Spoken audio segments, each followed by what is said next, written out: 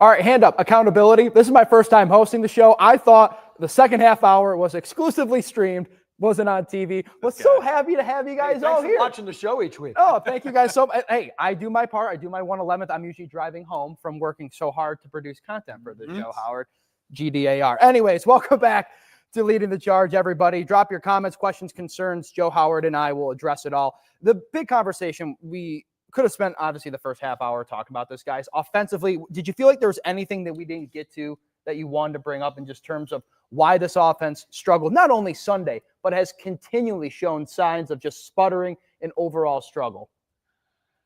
I mean, it's such a convoluted question because there's so many ways you can kind of try and dice it up, because what we have seen is just an overall hesitance to push the ball down the field.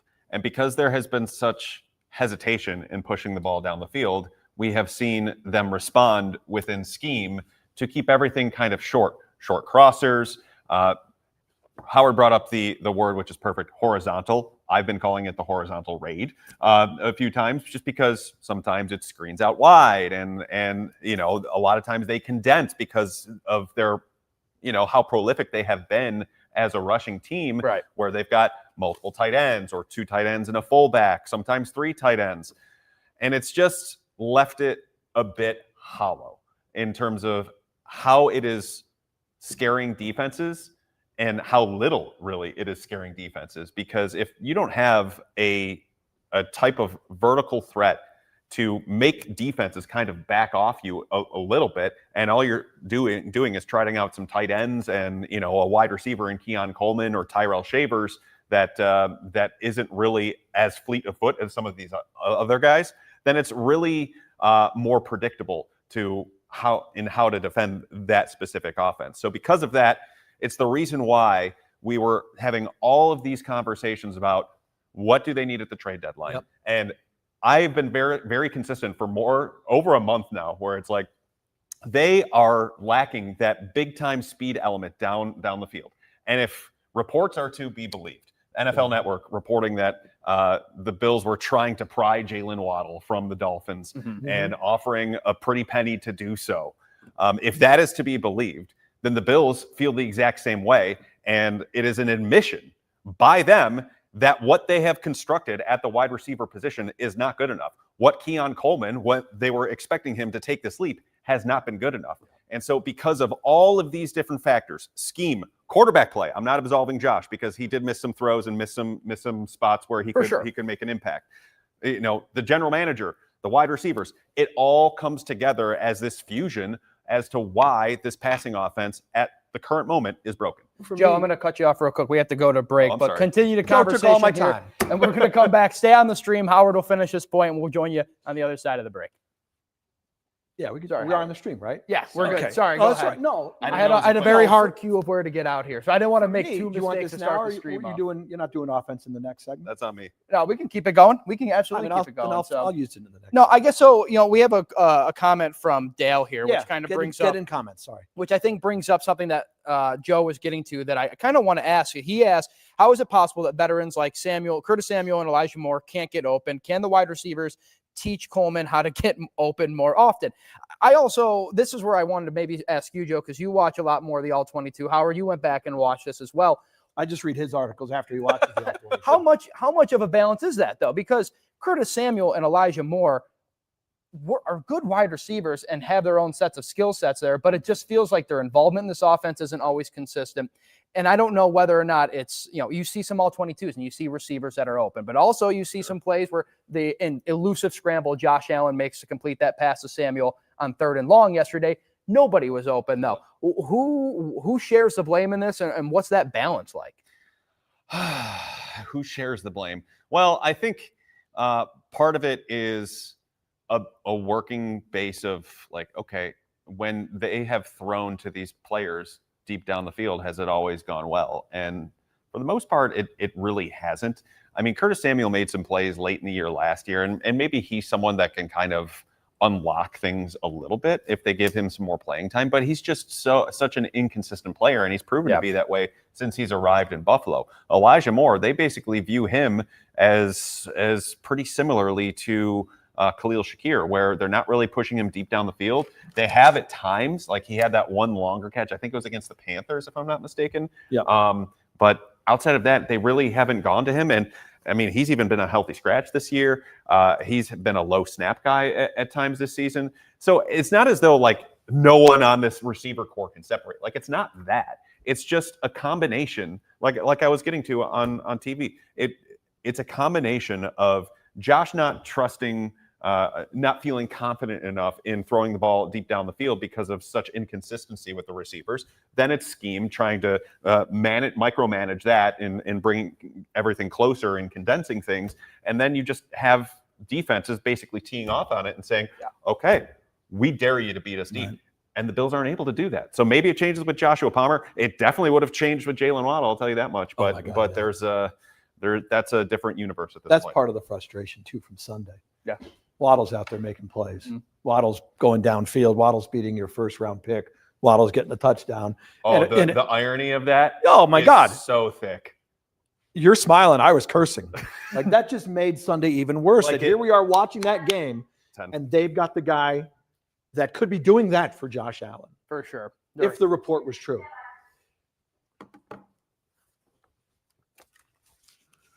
All right, welcome back to Leading the Charge. Howard was just getting into a passionate discussion about Jalen Waddle shredding this defense because, as it was rumored that Joe brought up earlier, Jalen Waddle was probably one of the top trade targets of the Buffalo Bills from this past Tuesday's trade deadline, So that kind of weapon, if it is true, Howard, I mean, that changes up this offense, but also is painful to watch a guy like that go and torch this Bills defense. Yeah, I mean, Sunday, there's a combination of things for me. I mean, I was angry because there was no way I thought they'd lose to Miami, let alone get their butts kicked. But it was also really frustrating watching Allen in the Bills passing game struggle, get shut out for 3 quarters, and here's Jalen Waddle making plays. And he's making plays against your first-round pick. No offense to Maxwell Hairston. I think he'll be a good cornerback. That's a really difficult spot to put that kid in. But Waddle's going downfield. Waddle's making catches. Waddle's getting a 8-yard touchdown catch. And if the report is true, the report on NFL Network claimed that the Dolphins were looking for a first in the 2026 draft. Joe, correct me if I'm wrong. The Bills offered a first in the 27 draft. According to the report. According to the report. And I don't know if it's true. This is just a report. You've learned in our business not to trust everything you hear. Mm-hmm. If that's true, and the Bills offered a 1 in 27 and a third rounder in 26, but the Dolphins wanted the 1 next year, flip it around. Who cares? You're going to offer a 1, and I get it. Brandon Beane can't just think about this season. I get it. He's got to think about 26, 27, 28. Man, you're dying right now. You're making me really nervous, Brandon. Just give up your 1. You're going to give up a 1 in 2 years. Give up next year's 1. I mean, a couple years ago, you traded out of the first round. To fuel your fire, 27 is supposed to be a far superior draft than 26. Just do it. I mean, anyway, here's the point about the offense. Here's the sad part. I'll wrap this up really fast. The Bills have done a better job at stopping their offense than opposing defensive coordinators. This has been building from we got to be. You like that? Uh-huh. From we got to be two-dimensional. We got to have less interceptions from Josh. We got to have yards after the catch. All these things that went into the construction of this new Bills offensive philosophy have neutered the Bills passing game. They've done it to themselves. Yeah. That's what's frustrating more than anything else. It feels like the offense has, from what the identity used to be, is shifted so far to the other side of this run first, get James Cook involved, win the bat out the line of scrimmage. You're forgetting all these other things that go into this. Rob asked, do you think that Gabe Davis is going to help this team coming off this serious of an injury? The fact is like you mentioned, Joe, the Bills have to get creative, whether it's bringing a guy like the reports say, McCole Hardman to the practice squad, Joshua Palmer getting healthy, Gabe Davis maybe being the guy that's going to help this team get that pass offense invigorated. They have to get creative.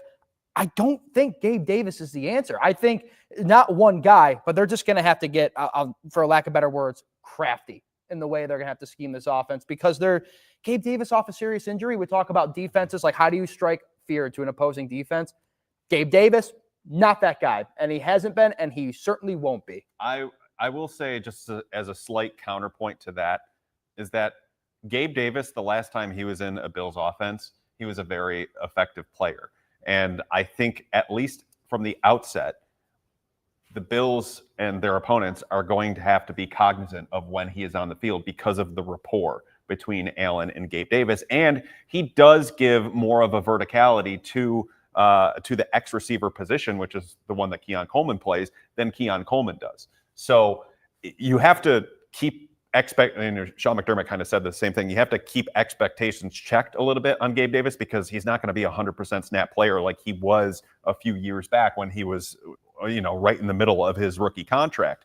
But I think there is a spot to where maybe we see that role grow. And this is why it's a really curious time for Keon Coleman as to whether or not he's going to continue playing as much as he does. Guys, hold that point. We got to go to a break on the TV side of things. Stick with us on the stream. We'll be right back after this. I know this isn't fair to Keon, but because every throw is different. 8 targets and 3 catches. And every time there was a target, I did. Every time there was a target, he's blanketed. He's got a guy draped all over him. There was that one deep except ball for the too. Touchdown pass. The deep ball, the touchdown pass was Josh. nice. The one where Keon had him beat inside and threw it outside like that. That's on Josh. Yeah. 4th and 1 at the 49, a bomb to Jackson Hawes. It wasn't even, it was just At least Cook was on the field. Yeah. That's progress. that was a jump ball. Please go make me a play kind of Yeah, his first and second read was taken Oh, okay. on that play. Or you could, in that case, I'm good with running at 1 yard. 186 air yards for Keon Coleman. He converted on 37 of them. 19.9%. You just need more. You need more. And I think the expectation on Keon Coleman is rightfully like where it needs to be. But there's also just and this gets to a point where Joe has asked us here from over on X, what do you guys think of the energy on the sideline? Nobody seems to talk to each other, and it seems like no adjustments are made during the game. Joe, you were in South Florida yesterday. The thing I heard from a multitude of guys like you who were there in the locker room is that, we got outplayed. Yep. Like we didn't want it more. How is that acceptable going against a team like the Miami Dolphins? And like, how is there not, I guess, like, I see where fans are coming from. It seems like there should be just more disgust inside that locker room. And at least from my perception as somebody who wasn't there, it just felt like they were okay with this and like, okay, let's just dump it and move on. I think the reason why maybe they're not as disgusted as maybe fans are is because to them, the Dolphins aren't like the lowly Dolphins as like, how it has been built up, because to them, every opponent it's a professional football team. Has their challenges. Yeah, right. And so that's probably part of the reason why. But yeah, from an energy standpoint, I wrote down in my notes after Josh threw his interception, there was just a lot of hands on hips, lethargy. Like it didn't look like they were in, and this was the defensive players now, and the defense was having a pretty good game, I thought, up until the late Achane runs. So it was a lack of energy. I don't know what it was, but I do know this. I've seen Sean McDermott teams play like that before, and I have seen them come back with a vengeance the following week. So take that for what it is. And plus, they're at home too, right? I think that truly does help. There's a significant Playing home field against advantage. a Florida team and like you said, 40s and rain. Yep. That's not going to be fun for the Tampa Bay Buccaneers, who are coming in. Reports are is that right now it doesn't look like Chris Godwin or Bucky Irving are going to be practicing. So.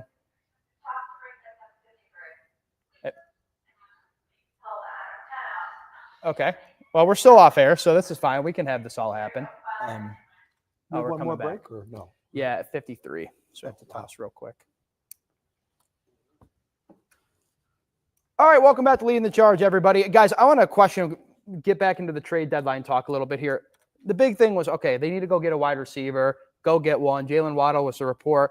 Before we have to send it to another break, was there another position that you think the Bills should have absolutely went after that maybe Brandon Beane just didn't feel comfortable pulling the trigger on? Defensive line, anything, defensive tackle, defensive end, it wouldn't have mattered. But it all pales in comparison to wide receiver because they can find defensive linemen. Like I said, the defense is starting to come together a little bit.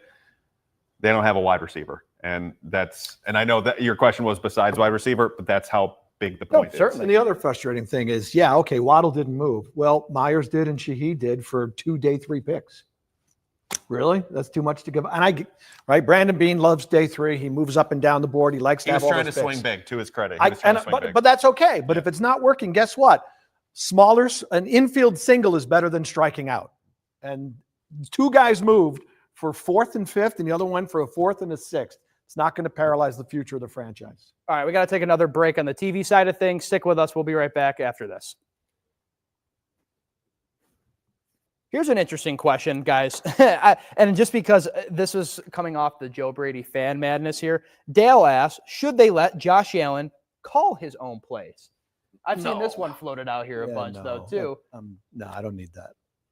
When it gets to that point, though, like what would that message Let him just worry about playing the game. I don't need him thinking, what am I doing 3 plays ahead of this?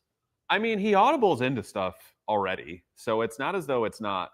But a play caller is thinking about an entire drive. Yes. Josh is thinking about the quarterback is thinking about the next play. It's micro versus macro sort of thinking, and you need both in there to make it go. I mean, my argument against it is Josh Allen has to worry about his receivers getting open and getting time in the pocket. And protection. To go make a play. So all of that, this isn't that 1990s Jim Kelly, like, let's go move in the hurry up. You could do the whole, let Josh be Josh. Like, I get it. We used to live in the world that he makes these crazy plays. He's too aggressive. He throws it into windows he shouldn't try. But if it's so overcompensated, I'd like to get back a little bit more towards super Josh within reason. And it's just frustrating to watch. But he could just throw the ball. I don't need him to call plays. Here's another thing we didn't get to when it comes to talking about like the division race, guys. New England Patriots. Obviously, they're playing a 4th place schedule. Hey, Scabs. 58? Thank you. Okay. 58. That's how TV works, folks. It's beautiful. How legit of a threat? Just not even like talking about the division race, but like when you look at a deep run playoff team, Super Bowl contending, how serious are the New England Patriots? I think they're good. I wouldn't call them a deep Super Bowl playoff threat yet. Yeah, I need to see them beat somebody. Their 2 biggest wins are the Bills and Tampa. Yeah. Everybody else they beat is horse manure. Yeah. I want to see how they play against the Chiefs. All right, welcome back to Leading the Charge. Wrapping things up here. A couple more minutes to go, guys. I was just asking, coming out of the break here, the New England Patriots, the team that the Bills are chasing right now, how serious of a Super Bowl / deep playoff run threat do we think they are? I don't think they're a Super Bowl threat yet. I think there are a lot of positive signs for them. I think they obviously upgraded at head coach. Drake May is playing well. He didn't have a great game, quite honestly, against Tampa, but he hit enough. Like, he had a handful of big plays. He's very good. In fact, I think he's got the best quarterback rating in the league on deep balls and against the blitz. So he makes clutch plays. He makes throws downfield. The defense is improved. If Henderson turns out to be a nice running back, that's a good 1-2 threat with Stevenson. So I think they're good. They could win the division. I just don't think they're a Super Bowl contender. Joe, you brought up a good point, though. They're playing a 4th place schedule. Yep. They haven't played all that many high caliber opponents. They have a couple coming up on the schedule here. Is that your ultimate maybe litmus test as to how do you properly grade the Patriots? Yeah, they're going to get Baltimore at their best. So I would like to see that game. I would also like to see them against the Chiefs. I think the way that I view the Patriots is the Bills in 2019, where it was just like a year early. They don't know what they don't know. And then see what happens once they start to hit adversity, because they haven't hit that outside of the early part of the schedule. They've won a lot of games in a row. Won 7 straight. Yeah. I would just like to see how they respond to adversity before anointing them, because we have seen all these other teams respond to this type of adversity, if I can talk. December 14th is when these two teams Hey, listen, I get talking's hard, dude. Somehow they employ me to do it. And I just don't know how they do it. But December 14th is when these two teams play against each other again in Foxborough. But the game before that, guys, the one last point here, we're kind of in our last minute. How fun is this like news pile-on day?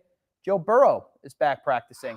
And in 27 days from now, the Bills play the Cincinnati Bengals. Oh, yeah, that's a Burrow game.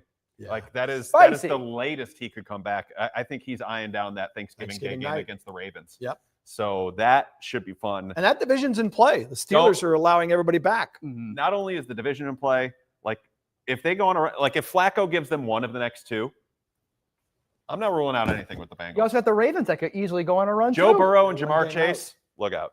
Those two together are just magic. Well, it's that beautiful time of the year. We are now going to the later half of the NFL season. The Bills obviously with some work to do, but as Joe mentioned, we have seen this team respond plenty of times So maybe Sunday we'll be talking about something else. And then Monday show, when Matt comes back, I can do a happier segment. All right. For Howard Simon, Joe Biscaglia, Michelle and Julia in the control room. See ya. Bye, stream. Goodbye. Goodbye to the stream. Thanks, everybody.